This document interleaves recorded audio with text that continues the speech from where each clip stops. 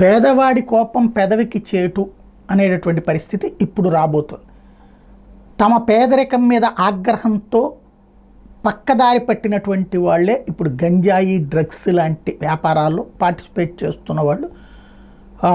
కూలి పనికి వెళ్తే 100 రూపాయలు కూడా ఇచ్చేటటువంటి అవకాశం లేని రోజుల్లో 1000, 2000, 5000 ఇట్లా సంపాదించుకునేటటువంటి క్రమంలో పేదలు ఆ దిశగా అడుగులు పడుతున్నటువంటి ద్వారా సమాజానికి ఎదురైనటువంటి సమస్య డ్రగ్స్, గంజాయి లాంటి మత్తు పదార్థాలు. వాళ్ళకి ఓ పక్కన ప్రభుత్వ పథకాలు తీసుకుంటుంటారు, అదే సందర్భంలో ఇది జరుగుతూ ఉంది.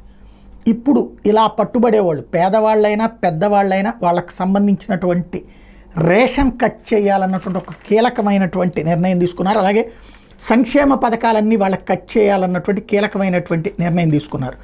ఇది చాలా ముఖ్యమైనటువంటిది. ఏదైతే డ్రగ్స్ సరఫరాదారులు, విక్రయదారుల కుటుంబాలకు ప్రభుత్వం నుంచి అందించే సంక్షేమ పథకాలు నిలిపివేసేందుకు ఉన్న సాధ్యాసాధ్యాలు పరిశీలించాలని అధికారులను ఆదేశించారు.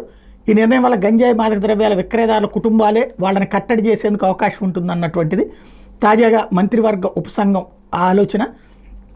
గంజాయి, మాదక ద్రవ్యాల నియంత్రణ చర్యల సిఫార్సు కోసం ప్రభుత్వం ఏర్పాటు చేసిన మంత్రివర్గ ఉపసంఘం నిర్ణయం ఇది. ఇక దీనికి అనుగుణంగా చట్టాలు చేయడానికి రంగం సిద్ధం చేస్తున్నారు.